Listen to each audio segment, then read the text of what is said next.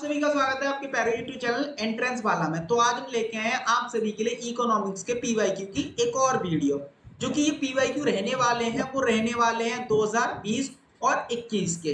हमने इससे पहले 2022 और 23 की पीवाईक्यू कर रखे हैं। अगर आपने वो वीडियो नहीं देखी है तो आप उसको जाके देखिए। और इस वीडियो में हम 2020 और 21 के पीवाईक्यू करने वाले हैं इकोनॉमिक्स के। इसी तरीके की और भी वीडियो इस चैनल पे आती रहेंगी। तो आप ऐसी ही और वीडियो देखने के लिए इस चैनल को सब्सक्राइब कीजिए, लाइक कीजिए और शेयर कीजिए। तो बिना टाइम वेस्ट किए हुए हम अपने क्वेश्चंस को स्टार्ट करते हैं। तो चलिए शुरू करते हैं अपना पहला क्वेश्चन। पहला क्वेश्चन यहाँ पे क्या कह रहा है, विच of the following forms part of the service sector. इनमें से कौन सा सर्विस सेक्टर का पार्ट है। देखो सर्विस सेक्टर को हम किस नाम से और जानते हैं, इसको याद रखना, टर्सरी सेक्टर। किस नाम से और जानते हैं इसको, हम टर्सरी सेक्टर के नाम से जानते हैं। तो याद रखना सर्विस सेक्टर को टर्सरी सेक्टर, इसमें बस सर्विसेज प्रोवाइड करते हैं, किसी भी चीज का प्रोडक्शन नहीं होता। यहाँ पे जैसे कि प्राइमरी और सेकेंडरी सेक्टर में क्या होता है, गुड्स का प्रोडक्शन होता है। यहाँ पे किसी का भी प्रोडक्शन नहीं होता, इसमें खाली क्या दी जाती है, यहाँ पे सर्विसेज प्रोवाइड की जाती है। तो यहाँ पे कौन कौन से ऑप्शन दे रखे हैं, जैसे कि ए यहाँ पे ट्रांसपोर्टेशन। ट्रांसपोर्टेशन जो है उसमें खाली सर्विस दी जाती है, किसी चीज का प्रोडक्शन नहीं होता। तो यहाँ पे जो ए ऑप्शन है वो क्या करेक्ट रहने वाला है। गारमेंट इंडस्ट्री जिसमें जो कपड़े वगैरह बनते हैं तो यहाँ पे प्रोडक्शन होता है, तो ये गलत होगा। फ्लोर मिल, यहाँ पे आटा जहाँ पे मिलता है तो यहाँ पे क्या होगा, प्रोडक्शन हो रहा है आटे का, ठीक है, फ्लोर का। तो यहाँ पे ये वाला ऑप्शन भी गलत हो जाएगा। यहाँ पे मोबाइल इंडस्ट्री, तो यहाँ पे भी प्रोडक्शन हो रहा है, तो इसमें हमें गुड्स मिलेंगे। लेकिन अगर हम बात करें ट्रांसपोर्टेशन में, कोई भी गुड्स हमें नहीं मिलते। तो यहाँ पे जो है ए ऑप्शन करेक्ट रहने वाला है। और ये क्या होता है, टर्सरी सेक्टर या फिर सर्विस सेक्टर का पार्ट होता है। अब हम बढ़ते हैं अपने नेक्स्ट क्वेश्चन की तरफ। नेक्स्ट क्वेश्चन क्या है यहाँ पे, ग्लोबलाइजेशन एडवर्सली अफेक्टेड। ग्लोबलाइजेशन किसको सबसे ज्यादा इफेक्ट करेगा। तो यहाँ पे जो ग्लोबलाइजेशन है वो डोमेस्टिक मार्केट को या फिर डोमेस्टिक इंडस्ट्रीज जो होती हैं किसी कंट्री में, उनको सबसे ज्यादा इफेक्ट करता है। क्योंकि जब ग्लोबलाइजेशन होता है तो वहां पे क्या आते हैं, एमएनसीज, ठीक है, वहां पे क्या आएंगे, एमएनसी। अब एमएनसी जो होते हैं उनके पास पैसा बहुत होता है, तो जो छोटी मार्केट होती है, जो डोमेस्टिक मार्केट है, ठीक है, उनमें जितनी भी इंडस्ट्रीज होती है, जितनी भी कंपनियां होती हैं, उनको क्या कर लेते हैं, ये वहां पे एक तरीके से ग्रो नहीं होने देते। अगर जो ग्रो होने की कोशिश करती है, या तो उनके साथ कोलैबोरेट कर लेते हैं, या फिर क्या करेंगे, उन कंपनियों को एक तरीके से दबा देते हैं। तो सबसे ज्यादा कौन इफेक्ट होता है, जो डोमेस्टिक इंडस्ट्रीज होती है वो सबसे ज्यादा इफेक्ट होती है। तो इस क्वेश्चन का जो आंसर है वो बी आंसर करेक्ट रहने वाला है। अब हम बढ़ते हैं अपने नेक्स्ट क्वेश्चन की तरफ। नेक्स्ट क्वेश्चन है यहाँ पे question number 3, which one of the following prepares human development report. इनमें से कौन जो है वो ह्यूमन डेवलपमेंट रिपोर्ट को पब्लिश करता है या फिर प्रिपेयर करता है। तो यहाँ पे ह्यूमन डेवलपमेंट रिपोर्ट जो है वो यूएनडीपी के द्वारा क्या की जाती है, पब्लिश की जाती है, जिसके अंदर रैंक किया जाता है कौन सी कंट्री डेवलप है, कौन सी कंट्री अंडर डेवलप है। ह्यूमन डेवलपमेंट इंडेक्स दी जाते हैं, उसमें कौन सी कंट्री डेवलप है, कौन सी कंट्री डेवलप नहीं है। तो कौन सा ऑप्शन है यहाँ पे, ऑप्शन डी। तो ऑप्शन डी में क्या है, यूएनडीपी। यूएनडीपी की फुल फॉर्म क्या आती है यहाँ पे, यूनाइटेड नेशन डेवलपमेंट प्रोग्राम। तो इसको याद रख लेना, इस पे भी क्वेश्चन आ जाता है, यूएनडीपी की फुल फॉर्म क्या होती है, या फिर ह्यूमन डेवलपमेंट रिपोर्ट कौन पब्लिश करता है। ये क्वेश्चन कई बार रिपीट हुआ है, तो इस क्वेश्चन को ज्यादा याद रख लेना। यहाँ पे इसका जो ऑप्शन है वो क्या रहने वाला है, यहाँ पे डी ऑप्शन करेक्ट रहने वाला है। अब हम बढ़ते हैं अपने नेक्स्ट क्वेश्चन की तरफ। नेक्स्ट क्वेश्चन क्या है, विच of the following does not fall under consumer right. इनमें से कौन सा कंज्यूमर राइट के अंदर नहीं आता। देखो हमारे जो क्वेश्चन करने के दो तरीके, ठीक है, याद रखना, पहले या फिर गलत ढूंढ लो या फिर सही ढूंढ लो। अगर आपको करेक्ट ऑप्शन पता है तो आप करेक्ट कर लीजिए उसको। अगर कहीं पे कंफ्यूजन हो रहा है तो वहां पे एलिमिनेट करने की कोशिश कीजिए कि इसमें से हम कौन से ऑप्शन को एलिमिनेट कर सकते हैं, जिससे कि चांसेस जो है वो करेक्ट होने के ज्यादा बढ़ जाए, जैसे कि केबीसी में होता है। तो यहाँ पे मतलब केबीसी यहाँ पे खेलना नहीं है, लेकिन क्या करना है, उसी तरीके से यहाँ पे क्वेश्चन को सॉल्व करना है।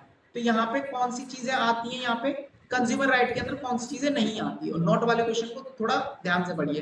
तो यहाँ पे कौन सी चीजें नहीं आती, देखो सबसे पहले हम क्या देख लें, अगर कंज्यूमर राइट के अंदर क्या क्या चीजें आती हैं, जैसे राइट टू इन्फॉर्म आता है, राइट टू चूज होता है, मतलब कोई प्रोडक्ट बनते हैं उसके बारे में हमारे पास इंफॉर्मेशन होनी चाहिए। राइट टू चूज है कि हम कोई भी चूज कर सकते हैं। और यहाँ पे right to represent consumer court, ठीक है, यहाँ पे क्या कर सकते हैं, हमारे पास राइट है कि हम कहीं कहाँ पे जा सकते हैं, कंज्यूमर कोर्ट में जा सकते हैं। अगर कोई भी हमें इंफॉर्मेशन नहीं मिली है, प्रोडक्ट डिफेक्टेड है, ठीक है, उसके अगेंस्ट में कंप्लेंट करनी है किसी प्रोडक्ट के अगेंस्ट में, तो कंज्यूमर जो है वो कंज्यूमर कोर्ट में जा सकता है।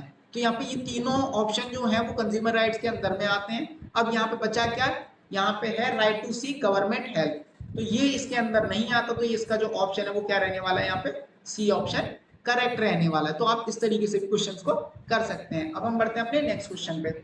नेक्स्ट क्वेश्चन है यहाँ पे question number 5। Trade barrier are restriction imposed on, जो ट्रेड बैरियर्स होते हैं वो किन पे रिस्ट्रिक्शंस लगाते हैं। अब जो ट्रेड बैरियर है, ट्रेड बैरियर क्या होते हैं, मान लो कि अगर यहाँ पे कोई भी कंट्री है, ठीक है, कंट्री है, तो उसमें क्या हो रहा है, यहाँ पे अगर गुड्स जो हैं, गुड्स आ रहे हैं, जब गुड्स आते हैं किसी कंट्री के अंदर मतलब इंपोर्ट, और जब बाहर जाएंगे तो एक्सपोर्ट। तो इंपोर्ट और एक्सपोर्ट पे जब क्या करते हैं, टैक्सेस इंपोज कर देते हैं, तो उसको हम बोलते हैं ट्रेड बैरियर। क्या बोलते हैं उसको, ट्रेड बैरियर। जब टैक्सेस इंपोज कर देते हैं, ये किया जाता है जो डोमेस्टिक मार्केट है वो ग्रो हो सके। क्योंकि आपने पहला वाला जो दूसरा वाला क्वेश्चन जो देखा था, उसमें क्या था, जो डोमेस्टिक मार्केट होती है वो बहुत ज्यादा इफेक्ट होती है, तो उनको प्रिवेंशन के लिए यहाँ पे क्या किया जाता है, ट्रेड बैरियर्स इम्पोज्ड किए जाते हैं। तो इसका जो ऑप्शन है वो क्या रहने वाला है, यहाँ पे डी ऑप्शन करेक्ट रहने वाला है। अब हम बढ़ते हैं अपने नेक्स्ट क्वेश्चन की तरफ। नेक्स्ट क्वेश्चन क्या है यहाँ पे, which Indian state has the least infant mortality rate, इनमें से कौन सा स्टेट है जिसमें इन्फेंट मोर्टेलिटी रेट सबसे कम है। अब होता क्या इन्फेंट मोर्टेलिटी रेट, तो इसकी शॉर्ट फॉर्म याद रखना, कभी कभार फुल फॉर्म पूछ ली जाती है, IMR। IMR की फुल फॉर्म जो होती है वो क्या होती है, तो यहाँ पे इन्फेंट मोर्टेलिटी रेट। अब इसमें क्या होता है, इसमें 1000 लाइव बर्थ का प्रोपोर्शन लिया जाता है। इसका यहाँ पे लाइव बर्थ, अब लाइव बर्थ का मतलब जो बच्चे पैदा हुए हैं जिंदा, ठीक है, जो बच्चे जिंदा पैदा हुए हैं, ठीक, उनका प्रोपोर्शन लिया जाएगा 1000 में से, और एक साल कंप्लीट होने से पहले जितने बच्चों की डेथ हो जाती है तो उसको हम बोलते हैं इन्फेंट मोर्टेलिटी रेट। और यहाँ पे सबसे कम किसका देखने के लिए मिलता है, यहाँ पे सबसे कम देखने के लिए मिलता है केरला का। केरला का इन्फेंट मोर्टेलिटी रेट सबसे कम देखने के लिए मिलता है, और सबसे हाई यहाँ पे उत्तर प्रदेश का है, और केरला का कम है। तो यहाँ पे जो ऑप्शन होगा वो क्या रहने वाला है, यहाँ पे सी ऑप्शन करेक्ट रहने वाला है। अब केरला का हाई इन्फेंट मोर्टेलिटी रेट है, तो क्यों है, तो इसकी वजह है यहाँ पे इसके जो कि हेल्थ फैसिलिटी है और एजुकेशन फैसिलिटी वो बहुत ज्यादा यहाँ पे बेहतर देखने के लिए मिलती है, इसीलिए केरला का इन्फेंट मोर्टेलिटी रेट जो है वो बहुत हाई देखने के लिए मिलता है। अब हम बढ़ते हैं अपने नेक्स्ट क्वेश्चन पे, तो इसका जो आंसर है वो क्या रहने वाला है, सी करेक्ट रहने वाला है। नेक्स्ट क्वेश्चन देखते हैं। नेक्स्ट क्वेश्चन क्या है यहाँ पे, which agency has the role of right to print notes on the behalf of government, इनमें से कौन सी एजेंसी है जिसके पास राइट होता है कि वो गवर्नमेंट के बिहाफ पे नोट्स को प्रिंट कर सके। तो गवर्नमेंट के बिहाफ पे यहाँ पे एक एजेंसी होती है जो प्रिंट करती है, जिसको हम क्या बोलते हैं, RBI। क्या बोलेंगे उसको, RBI, reserve bank of India. यही प्रिंट कर सकती है। वैसे तो देखो पेपर की कोई वैल्यू नहीं होती, अगर हम कोई भी पेपर दें उसको 2000 रुपए लिख दें, या फिर अगर हम क्या करें उसको प्रिंट कर दें तो उसकी कोई वैल्यू नहीं होती। लेकिन वही नोट क्या करते हैं, आरबीआई अगर प्रिंट करती है तो उस पर अगर 2000 या फिर 500 लिख देती है, वैसे 2000 की अब चल देनी है, 500 अगर लिख दे तो वो क्या होते हैं, वैल्यूबल हो जाते हैं बहुत ज्यादा, क्योंकि गवर्नमेंट ने क्या किया है, उसको लीगली माना है कि ये क्या है, या फिर गवर्नमेंट के बिहाफ पे वो नोट जो है उसकी वैल्यू 500 रुपए है। तो इसीलिए क्या होता है, उनकी कुछ वैल्यू होती है। और कौन प्रिंट करता है, आरबीआई। आरबीआई के अलावा कोई भी प्रिंट नहीं कर सकता। तो इसका जो ऑप्शन है वो क्या रहने वाला है, यहाँ पे बी ऑप्शन करेक्ट रहने वाला है। आरबीआई शॉर्ट फॉर्म याद रखना, फुल फॉर्म याद रखना, ये भी आ जाते हैं। तो यहाँ पे कई बार फुल फॉर्म भी पूछ ली जाती है, तो याद रख लेना, इसका क्या है, आरबीआई, बी ऑप्शन करेक्ट है। अब हम बढ़ते हैं अपने नेक्स्ट क्वेश्चन पे। नेक्स्ट क्वेश्चन क्या है यहाँ पे, क्वेश्चन नंबर 8। क्वेश्चन नंबर 8 क्या कह रहा है, what is included in electronic banking service. जो इलेक्ट्रॉनिक बैंकिंग सर्विस होती है उनमें से ये किसके एग्जांपल, मतलब इलेक्ट्रॉनिक बैंकिंग सर्विस जो है इनमें से क्या क्या है। देखो यहाँ पे जो डेबिट कार्ड होते हैं, क्रेडिट कार्ड और एटीएम जो होते हैं, ये तीनों इलेक्ट्रॉनिक डेबिट सर्विस जो होते हैं, सॉरी इलेक्ट्रॉनिक बैंकिंग सर्विस जो होते हैं उनके एग्जाम्पल होते हैं। तो यहाँ पे जो ऑप्शन है वो तीनों ऑप्शन क्या रहने वाला है, यहाँ पे करेक्ट रहने वाला है। तो इसमें जो हमारा आंसर होगा वो क्या रहने वाला है, इस केस में डी ऑप्शन करेक्ट रहेगा। इसमें कौन सा होने वाला है, यहाँ पे जो डी ऑप्शन है वो करेक्ट है। अब हम बढ़ते हैं अपने नेक्स्ट क्वेश्चन की तरफ। नेक्स्ट क्वेश्चन क्या कह रहा है यहाँ पे, question number 9। The expected poverty line in calories term, जो पॉवर्टी लाइन होती है, अगर हम बात करें कैलोरीज के टर्म में, यहाँ पे पर person per day in rural areas, किसमें, रूरल एरियाज में, तो रूरल एरियाज में कितनी होती है, इसको कैलकुलेट करते हैं। अब इसको कैलकुलेट कैसे करते हैं, देखो कैलोरीज की कितनी रिक्वायरमेंट होती है, ठीक है, उसके बेसिस पे हम बताते हैं, उसको मल्टीप्लाई कर देते हैं हम फूड से, मतलब फूड कितना आएगा, ठीक है, और फिर मनी से मल्टीप्लाई कर देंगे, तो हमारे पास कैलोरीज का एक रेट निकल के आता है, जिसके बेसिस पे हम बताते हैं कि पर कैपिटल, सॉरी, यहाँ पे की पॉवर्टी लाइन क्या होनी चाहिए किसी भी पर्सन के लिए। तो यहाँ पे कितनी कैलोरीज की रिक्वायरमेंट होती है, 240, ठीक है, सॉरी यहाँ पे 2400 कैलोरीज की रिक्वायरमेंट होती है पर पर्सन पर डे, और इसको हम क्या बोलते हैं, पॉवर्टी लाइन बोलते हैं। अगर कोई भी पर्सन इतना कंज्यूम कर रहा है तो वो पॉवर्टी लाइन में है, ठीक है, अगर इतना नहीं कर पा रहा है या फिर इतना ही उसको क्या करता है, कंजप्शन करता है। तो अब यहाँ पे ये तो रही बात किसकी, रूरल एरियाज की। अगर यहीं पे क्या पूछ लिया जाए, अर्बन एरिया का, ठीक है, किसका पूछा जाए यहाँ पे, अर्बन एरिया का। अर्बन एरियाज में यही कितना हो जाता है यहाँ पे 2100। अब बात आती है कि अर्बन एरिया में कम क्यों और रूरल एरिया में ज्यादा क्यों। देखो रूरल एरियाज में जो फिजिकल वर्क होता है, लोग खेतों में वगैरह में जो है काम ज्यादा करते हैं, फिजिकल वर्क ज्यादा करते हैं, तो उनको कैलोरीज की ज्यादा रिक्वायरमेंट होगी, तो वहां पे कैलोरीज की ज्यादा कंजप्शन होता है। अगर हम बात करें जो अर्बन एरियाज होते हैं, अर्बन एरियाज में क्या होता है, जो ऑफिस वर्क ज्यादा होता है वहां पे फिजिकल वर्क कम होता है, तो वहां पे क्या होता है, कैलोरीज की रिक्वायरमेंट जो है वो इतनी ज्यादा नहीं होती अगर हम बात करें रूरल एरियाज के कंपैरिजन में। तो यहाँ पे जो ऑप्शन है, ऑप्शन डी क्या रहने वाला है, करेक्ट रहने वाला है, अगर हम बात करें तो रूरल एरियाज में। तो यहाँ पे ऑप्शन डी करेक्ट है। अब हम बढ़ते हैं अपने नेक्स्ट क्वेश्चन पे। नेक्स्ट क्वेश्चन क्या है यहाँ पे, एमएसपी। एमएसपी रेफर्स टू, देखो इस टाइप का क्वेश्चन कई बार आ चुका है, ठीक है। एमएसपी या फिर प्री अनाउंस्ड प्राइस जो होता है, गवर्नमेंट इंश्योर करती है, ठीक है, फसलों को बोने से पहले, उसको हम क्या बोलते हैं, मिनिमम सपोर्ट प्राइस या फिर एमएसपी। एमएसपी की जो फुल फॉर्म होती है मिनिमम सपोर्ट प्राइस। तो यहाँ पे क्या होगा, ऑप्शन जो है वो क्या रहने वाला है, करेक्ट रहने वाला है, मिनिमम सपोर्ट प्राइस। अब हम बढ़ते हैं अपने नेक्स्ट क्वेश्चन पे, क्वेश्चन नंबर 11। क्वेश्चन नंबर क्या है, according to the census 2011 literacy rate in India. देखो जो सेंसस हुआ था 2011 में, सेंसस क्या होता है, यहाँ पे जो जनगणना होती है, कितनी पॉपुलेशन है हमारी कंट्री में, ठीक, किस रिलीजन कास्ट की, तो इस तरीके से भी की जाती है, वो पॉलिटिक्स के हिसाब से की जाती है, वो अपने तरीके से करते हैं कि जो हमारा वोट बैंक है वो कौन हो सकता है, तो इस बेसिस पे भी की जाती है। अगर हम जनरल पॉइंट ऑफ व्यू से देखें तो जो सेंसस है हर 10 साल बाद की जाती है, ठीक है। तो ये सेंसस में तो जो हमारा लिटरेसी रेट जो था, अगर हम 2011 की बात करें, वो कितना था यहाँ पे 74%। मतलब कि यहाँ पे जो 100 में से 74% जो है पर्सन यहाँ पे क्या कर रहे हैं, 100 में से 74% पढ़ते और लिखना जानते हैं किसी एक लैंग्वेज में। लिटरेसी रेट क्या होता है, एक ऐसा प्रोपोर्शन जिसमें 7 साल से ऊपर के कितने लोग पढ़ना और लिखना जानते हैं किसी एक लैंग्वेज में या रीजनल लैंग्वेज में, उसको हम बोलते हैं लिटरेसी रेट। तो यहाँ पे जो ऑप्शन है वो क्या रहने वाला है, ए ऑप्शन करेक्ट रहने वाला है। अब हम बढ़ते हैं अपने नेक्स्ट क्वेश्चन पे। नेक्स्ट क्वेश्चन क्या है यहाँ पे, question number 12। The quality of population depend on, quality of population किस पे डिपेंड करती है, यहाँ पे एक हेल्थ पे, दूसरा एजुकेशन पे, लाइफ एक्सपेक्टेंसी पे, ठीक है। तो यहाँ पे क्या करते हैं, इन ये क्या होते हैं, कुछ बेसिक फैक्टर्स होते हैं जिसके बेसिस पे जो लाइफ क्वालिटी है, ठीक है, पीपल्स की, वो डिपेंड करते हैं। तो यहाँ पे क्वालिटी ऑफ पॉपुलेशन किस पे डिपेंड करेगी, यहाँ पे लिटरेसी रेट, हेल्थ पे और लाइफ एक्सपेक्टेंसी पे। तो यहाँ पे ए ऑप्शन करेक्ट है, लिटरेसी रेट, हेल्थ पैरामीटर, ये भी करेक्ट है, लाइफ एक्सपेक्टेंसी एंड स्किल्स, ये भी ठीक है। और यहाँ पे क्या होगा, तो जब तीनों ठीक है तो यहाँ पे क्या होगा, ऑल ऑफ दीज।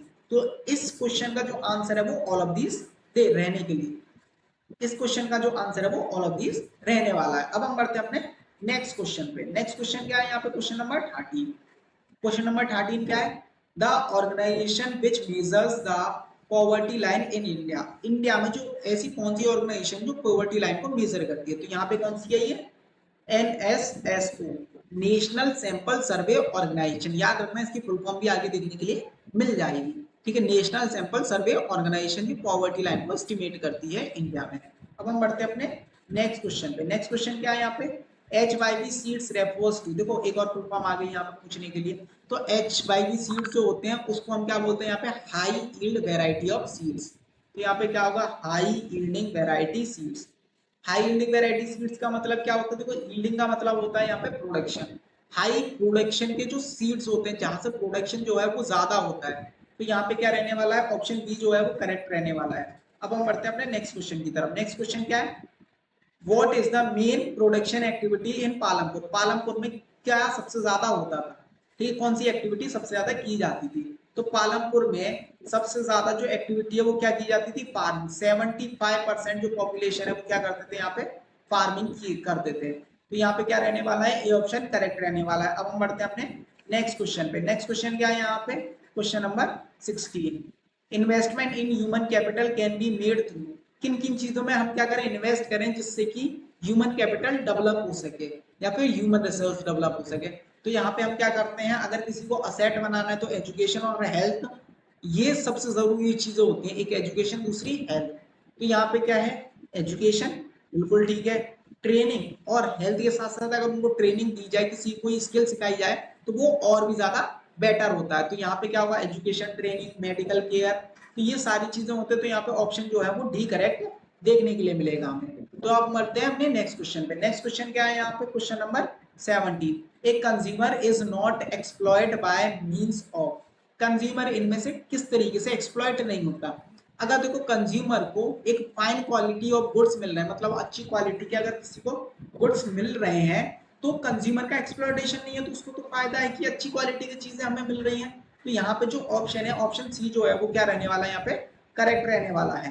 ठीक है, 17 का क्या रहने वाला है, सी ऑप्शन करेक्ट रहने वाला है। क्योंकि अगर कंज्यूमर का एक्सप्लॉयटेशन होता है तो जब ज्यादा पैसे मांगे जाए, अगर कोई भी सामान हम लेने जा रहे हैं उसका वेट पूरा सही ना हो, ऑथेंटिकेशन वगैरह ना हो, तो यहाँ पे क्या होता है, इन केसेस में जो कंज्यूमर का एक्सप्लॉयटेशन है, अगर हम बात करें फाइन क्वालिटी ऑफ गुड्स अगर हमें मिल रहे हैं तो वहां पे कंज्यूमर का एक्सप्लॉयटेशन नहीं होता। तो इसका जो है आंसर वो सी करेक्ट रहने वाला है। अब हम बढ़ते हैं अपने नेक्स्ट क्वेश्चन पे। नेक्स्ट क्वेश्चन क्या है, question number 18, which of the following sector in India provides more employment and contributes less to gross domestic product.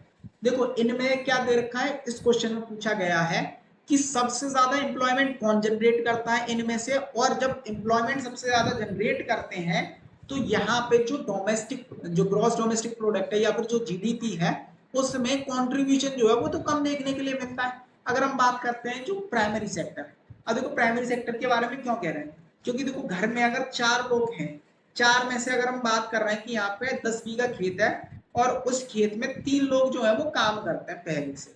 अब 3 लोग जितने काम करते हैं उतना ही प्रोडक्शन वहां पे हो रहा है, ठीक है, जो भी प्रोडक्शन है जितना होना चाहिए था उतना हो रहा है। अब चौथे की जॉब नहीं लगी, अब जॉब नहीं लगेगी तो वो क्या करेगा, घर पे तो पड़ा नहीं रहेगा, उसके घर वाले भी बोलेंगे कि तुम क्या काम कर लो, खेतों में ही काम कर लो। लेकिन प्रोडक्शन पहले कितना होगा हो रहा था, यहाँ पे मान लो 50,000 का, ठीक है, पहले 50,000 का हो रहा था और अब भी 50,000 का ही हो रहा है, तो प्रोडक्शन बढ़ा नहीं है। तो जीडी कंट्री की जीडीपी में कंट्रीब्यूशन तो बिल्कुल नहीं बढ़ा, लेकिन काम तो एक लोग पहले से ज्यादा कर रहा है ना, एक पॉपुलेशन में एक और लोग बढ़ गया जो काम करने वाला, लेकिन इनकम नहीं बढ़ी। तो यहाँ पे क्या होता है, प्राइमरी सेक्टर में क्या होता है, लोग काम करते हुए दिखाई देते हैं लेकिन जीडीपी में कंट्रीब्यूट नहीं कर पाते।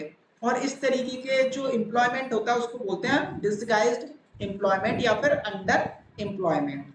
तो इसका जो ऑप्शन है वो सी करेक्ट रहने वाला है। अब हम बढ़ते हैं अपने नेक्स्ट क्वेश्चन पे। नेक्स्ट क्वेश्चन क्या है यहाँ पे, सर्विस सेक्टर।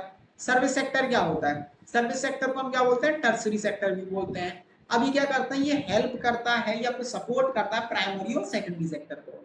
क्या करेगा, ये help to develop primary and secondary sector. अब कैसे, यहाँ पे क्वेश्चन राइज होता है, जैसे कि अगर हम बात करें हमें क्या करना है, खेतों में फसल बोनी है, फसल बोनी है और हमें क्या करना है, हमारे पास बिल्कुल पैसे नहीं, तो हम कहाँ जाएंगे, बैंक के पास। बैंक क्या करेगा, हमें मनी प्रोवाइड करेगा, मतलब कि लोन ले लेते हैं हम बैंक से। तो लोन ले लिया तो बैंक ने क्या की, सर्विस प्रोवाइड की। बैंक किस में आ गया, टर्सरी सेक्टर में, मतलब सर्विस सेक्टर में। तो उस तरीके से उसने हेल्प किया, तो यहाँ पर प्राइमरी सेक्टर का हेल्प। अब प्राइमरी सेक्टर में मान लो हमने टमाटर क्या कर लिया, प्रोड्यूस कर लिया, अब वो कहाँ लेके जाना है, फैक्ट्री में उससे केचप बनाना है। फैक्ट्री में किससे लेके जाएंगे वो ट्रक से, ट्रैक्टर से, तो इन सब चीजों से लेके जाते हैं। तो क्या हुआ, वो चीज, ठीक है, प्राइमरी सेक्टर से सेकेंडरी सेक्टर किसी के थ्रू पहुंचेगी वहां पे, ट्रांसपोर्टेशन के थ्रू, वो किस में आता है, सर्विस सेक्टर में। तो यहाँ पे ये क्या करते हैं, help to develop primary and secondary sector को डेवलप करने में मदद करते हैं सर्विस सेक्टर। तो इसका जो आंसर है वो डी आंसर क्या रहने वाला है, यहाँ पे करेक्ट रहने वाला है। अब हम बढ़ते हैं अपने नेक्स्ट क्वेश्चन पे। नेक्स्ट क्वेश्चन क्या है यहाँ पे, which among the following certification is used to measure poverty of gold jewelries, sorry यहाँ पे प्योरिटी ऑफ गोल्ड ज्वेलरीज। अब गोल्ड ज्वेलरीज की जो प्योरिटी है उसको हम किस तरीके से यहाँ पे मेजर करते हैं या पता करते हैं कि ये अच्छी क्वालिटी का है। तो वहां पे क्या होता है, एक मार्क लगाया जाता है, ठीक है। अगर हम क्या करते हैं, एक साइन होता है वहां पे, मार्क जो होता है उसके बेसिस पे हम देख के बताते हैं हाँ ये सर्टिफाइड है। सर्टिफाइड है तो मतलब कि अगर इस पे ये मार्क लगा हुआ है तो इसकी क्वालिटी जो है वो अच्छी देखने के लिए मिलती है। तो इसमें क्या होता है, कौन सा मार्क होता है, यहाँ पे हॉल मार्क होता है। तो हॉलमार्क अगर किसी भी ज्वेलरी के प्रोडक्ट में होगा तो उसकी प्योरिटी जो होती है वो अच्छी होती है, मतलब कि वो अच्छी क्वालिटी का यहाँ पे ज्वेलरीज देखने के लिए मिलती है, गोल्ड ज्वेलरीज। तो इसका जो ऑप्शन है वो बी करेक्ट रहने वाला है। अब हम बढ़ते हैं अपने नेक्स्ट क्वेश्चन पे। नेक्स्ट क्वेश्चन क्या है यहाँ पे, the concept of enlightenment in the food security was introduce. देखो एंटाइटलमेंट ऑफ फूड सिक्योरिटी को किसने इंट्रोड्यूस किया था, यहाँ पे जो इंट्रोड्यूस किया गया था वो अमृता सेन के जरिए। यहाँ पे अमृता सेन ने क्या किया था, यहाँ पे जो एंटाइटलमेंट इन फूड सिक्योरिटी उसको इंट्रोड्यूस किया था। तो यहाँ पे जो ऑप्शन है वो क्या रहने वाला है, यहाँ पे सी ऑप्शन करेक्ट रहने वाला है, ठीक है। तो इसका क्या रहने वाला है, सी ऑप्शन करेक्ट रहने वाला है। अब हम बढ़ते हैं अपने नेक्स्ट क्वेश्चन की तरफ। नेक्स्ट क्वेश्चन क्या है यहाँ पे, नेक्स्ट क्वेश्चन है यहाँ पे question number 22। Food security comprise following dimension. Food security में कौन कौन से डायमेंशंस होते हैं। तो यहाँ पे ये जो ऑप्शन है, ठीक है, इसमें सिमिलर टाइप के ऑप्शन दे रखे हैं। अगर आपने फूड सिक्योरिटी वाला अगर चैप्टर पढ़ा है तो उसमें 3 डायमेंशन होते हैं। 3 डायमेंशन कौन से होते हैं वहां पे, अवेलेबिलिटी, एक्सेसिबिलिटी और अफोर्डेबिलिटी। तो ये तीनों चीजें होती हैं। अब यहाँ पे कौन कौन से ऑप्शन करेक्ट दे रखे हैं, देखो सबसे पहले फूड अवेलेबल होना चाहिए। अब फूड ही अवेलेबल नहीं है तो फिर हम देंगे क्या किसी को, तो वहां पे फूड सिक्योरिटी होगी नहीं। तो फूड अवेलेबल होना चाहिए, अफोर्डेबल होना चाहिए, मतलब कि उनके रीच में होना चाहिए कि वो खरीद सके, और एक्सेसिबल होना चाहिए। तो यहाँ पे जो ऑप्शन ए है वो क्या दे रखा है, अवेलेबिलिटी सही है, अफोर्डेबिलिटी और एक्सेसिबिलिटी बिल्कुल ठीक है। और यहाँ पे और भी कोई ऑप्शन जो है, ठीक है, मतलब कि नहीं है। यहाँ पे अकाउंटेबिलिटी या फिर कहीं को फीजिबिलिटी दे रखा है तो ये करेक्ट ऑप्शन बाकी के नहीं है। तो यहाँ पे ए ऑप्शन जो है वो क्या दे रहे हैं, देखने के लिए मिलता है, यहाँ पे करेक्ट ऑप्शन देखने के लिए मिलता है। फूड सिक्योरिटी के 3 डायमेंशन होते हैं, याद रख लेना, अफोर्डेबिलिटी, अवेलेबिलिटी और एक्सेसिबिलिटी। तो इसका जो ऑप्शन है वो क्या रहने वाला है, यहाँ पे ए ऑप्शन करेक्ट रहने वाला है। अब हम बढ़ते हैं अपने नेक्स्ट क्वेश्चन की तरफ। नेक्स्ट क्वेश्चन क्या है यहाँ पे, अंत्योदय अन्न योजना AAY वाज इंट्रोड्यूस्ड इन। जो अंत्योदय अन्न योजना है वो 2000 में इंट्रोड्यूस हुई थी, लेकिन 2000 में कब, तो यहाँ पे देखो 2000 की 2 डेट दे रखी है। अब यहाँ पे कब हुआ था, यहाँ पे हुआ था दिसंबर, ठीक है, यहाँ पे दिसंबर 2000 में, ठीक है, कब हुआ था, दिसंबर 2000 में अंत्योदय अन्न योजना।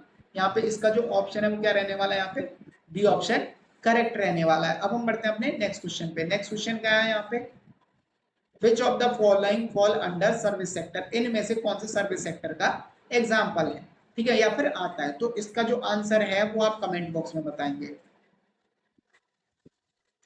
कमेंट बॉक्स में, क्योंकि ये वाला मैंने अभी कई बार एक्सप्लेन कर रखा है क्यों कौन सा इनमें से ऑप्शन जो है वो करेक्ट रहेगा। तो इसका आप कमेंट बॉक्स में बताएंगे, ठीक है, विद क्वेश्चन नंबर की क्वेश्चन नंबर क्या था। यहाँ पे क्वेश्चन नंबर क्या है, ये 24। अब हम बढ़ते हैं अपने नेक्स्ट क्वेश्चन की तरफ। नेक्स्ट क्वेश्चन क्या है यहाँ पे, the periodical estimation of poverty line in India is conducted by. जो क्या होता है, पीरियोडिक एस्टिमेशन होता है पॉवर्टी लाइन का, वो कौन करता है, यहाँ पे NSSO, national sample survey organisation poverty line को क्या करता है, यहाँ पे जो री इंट्रोड्यूस करता है या फिर बताता है एक टाइम पीरियड के बाद, ठीक है। यहाँ पे पीरियोडिकली, पीरियोडिकल का मतलब क्या है, एक फिक्स टाइम इंटरवल, जैसे कि 2 साल, 1 साल, 5 साल, लेकिन क्या रहेगा, फिक्स रहेगा। अगर हर 2 साल बाद तो 2 साल बाद, 5 साल बाद तो 5 साल बाद, ये क्या रहता है, फिक्स देखने के लिए मिलता है। यहाँ पे क्या होगा, इसका जो ए ऑप्शन है वो करेक्ट होगा, national sample survey organisation NSSO। इसकी डेफिनेशन या फुल फॉर्म याद रख लेना, NSSO की नेशनल सैंपल सर्वे ऑर्गेनाइजेशन। तो इसका ए ऑप्शन करेक्ट रहने वाला है। क्वेश्चन नंबर 26 जो है, विच of the following is farming production activity in village Palampur. इसमें जो विलेज पालमपुर है उसमें फार्मिंग प्रोडक्शन एक्टिविटी कौन सी होती है। अब यहाँ पे हम देखते हैं फार्मिंग से रिलेटेड, मतलब कि प्राइमरी सेक्टर से रिलेटेड। यहाँ पे स्मॉल मैन्युफैक्चरिंग सेकेंडरी सेक्टर, यहाँ पे शुगर केन जो है वो प्राइमरी का है, ठीक है, किस चीज का, ये प्राइमरी सेक्टर का, ये प्राइमरी सेक्टर का देखने के लिए मिलता है। और अगर हम बात करें यहाँ पे ट्रांसपोर्ट, ये सर्विस सेक्टर, ठीक है, या फिर टर्सी सेक्टर, शॉपकीपिंग, ये किसका देखने के लिए मिलता है यहाँ पे, ये भी एक तरीके से सर्विस सेक्टर का। लेकिन अगर हम बात करें यहाँ पे प्राइमरी सेक्टर के बारे में बात हो रही है, फार्मिंग जो है वो प्राइमरी सेक्टर में आता है, तो यहाँ पे ऑप्शन जो बी है वो क्या रहने वाला है, यहाँ पे करेक्ट ऑप्शन रहने वाला है। प्राइमरी सेक्टर के अंदर आते हैं यहाँ पे जो फार्म प्रोडक्शन एक्टिविटीज होती है या फिर फार्म प्रोडक्शन एक्टिविटीज, तो इसका जो है बी ऑप्शन करेक्ट रहने वाला है। अब हम बढ़ते हैं अपने नेक्स्ट क्वेश्चन पे। नेक्स्ट क्वेश्चन क्या है यहाँ पे, world trade organisation has increased. World trade organisation किसको इंक्रीज करती है, मतलब किस चीज को प्रमोट करती है, डब्ल्यूटीओ। ठीक है, डब्ल्यूटीओ की फुल फॉर्म याद रखना, डब्ल्यूटीओ की फुल फॉर्म होती है वर्ल्ड ट्रेड ऑर्गेनाइजेशन। तो यहाँ पे ये क्या करती है, मल्टीलेटरल ट्रेड करती है। क्या करती है, मल्टीलेटरल ट्रेड। अगर यहाँ पे अलग अलग कंट्री है, एक कंट्री यहाँ एक कंट्री ये, तो इन सब में क्या करती है, ट्रेड बैरियर्स को रिमूव कराने का काम और यहाँ पे ट्रेड को क्या कराने का, लिबरल कराने का काम। ठीक है, इस कंट्री से इस कंट्री में ट्रेड होगा, इससे इसमें ट्रेड होगा, तो ये क्या होते हैं, मल्टीलेटरल ट्रेड होते हैं। तो इसका जो ऑप्शन है वो क्या रहने वाला है, यहाँ पे सी ऑप्शन करेक्ट रहने वाला है। अब हम बढ़ते हैं अपने नेक्स्ट क्वेश्चन की तरफ। नेक्स्ट क्वेश्चन क्या है, in which state infant mortality rate is lowest. इनमें से कौन से स्टेट में इन्फेंट मोर्टेलिटी रेट जो है वो सबसे कम है। ये क्वेश्चन अभी कराया था, तो ये 2 बार रिपीट हो चुका है क्वेश्चन, इसको कर लेना और इसका भी आंसर आप किसमें बताओगे, कमेंट बॉक्स में बताओगे। ठीक है, कि इसका आंसर कौन सा रहने वाला है, ये भी बताया है। अब हम देखते हैं अपना नेक्स्ट क्वेश्चन। नेक्स्ट क्वेश्चन क्या है यहाँ पे, human development report is published by. जो ह्यूमन डेवलपमेंट रिपोर्ट होती है ये कौन पब्लिश करता है, इसका भी आंसर मैंने आपको बता दिया था और आपको दोबारा बता दें, यहाँ पे कौन करता है, यहाँ पे यूएनडीपी। ठीक है, मतलब कि यूनाइटेड नेशन डेवलपमेंट प्रोग्राम। तो इसका जो ऑप्शन है वो क्या रहने वाला है, सी ऑप्शन करेक्ट रहने वाला है। तो ये जो क्वेश्चन था वो पहले ही बताया था, ये इंपॉर्टेंट क्वेश्चन रहने वाला है, इसको मार्क कर लीजिए, ये बार बार क्वेश्चन आता है। ठीक है, ये वाला क्वेश्चन, इसका कौन सा ऑप्शन रहने वाला है, सी ऑप्शन करेक्ट रहने वाला है। और यूएनडीपी की फुल फॉर्म याद रखना, यूनाइटेड नेशंस डेवलपमेंट प्रोग्राम। तो ये जो क्वेश्चंस थे, ये क्वेश्चन रहे थे हमारे 2020 और 2021 के, मतलब कि 2020 में और 2021 में जो एग्जाम हुआ था आर्ट्स एंड कॉमर्स का, उसमें ये आए हुए क्वेश्चन थे इकोनॉमिक्स के। आपके लिए इस चैनल पर सब्सिक्वेंट वीडियोस आती रहेगी, आपको इसी तरीके की हिस्ट्री की, ज्योग्राफी की, सिविक्स की, इकोनॉमिक्स की वीडियो देखने के लिए मिल जाएंगी और मैथ की वीडियोस देखने के लिए मिल जाएंगी। अगर आपको कुछ और भी पढ़ना है तो उसके लिए भी आप कमेंट कर सकते हैं। आप सभी के लिए इंपॉर्टेंट इन्फॉर्मेशन, अगर आपको ऐसी ही और वीडियोस चाहिए तो हमारे इस चैनल पर ऐसी ही वीडियोस आती रहेंगी जिसमें history, geography, economics, civics, maths सभी के पीवाईक्यू कराए जाएंगे और मॉक टेस्ट भी कराए जाएंगे बहुत जल्दी। तो आप ऐसी वीडियो देखने के लिए हमारे इस चैनल एंट्रेंस वाला को सब्सक्राइब कीजिए। और आपको अगर एक्सपेरिमेंट वगैरह से रिलेटेड कोई वीडियो चाहिए या फिर साइंस के कुछ टॉपिक जो हैं वो आपको अगर समझने हैं तो हमारे दूसरा चैनल है न्यू एरा क्लासेस 2.0, उसको जाके सब्सक्राइब कीजिए। देखो हमने उसी चैनल की यहाँ पे टी शर्ट भी पहनी हुई है क्योंकि वो हमारा ही एक और चैनल है, आप उसको भी सपोर्ट कीजिए। और हमारे टेलीग्राम चैनल है एंट्रेंस वाला न्यू एरा क्लासेस 2.0, उन दोनों को जाके आप ज्वाइन कर सकते हैं, वहां पे आपको कंटेंट देखने के लिए मिल जाएगा।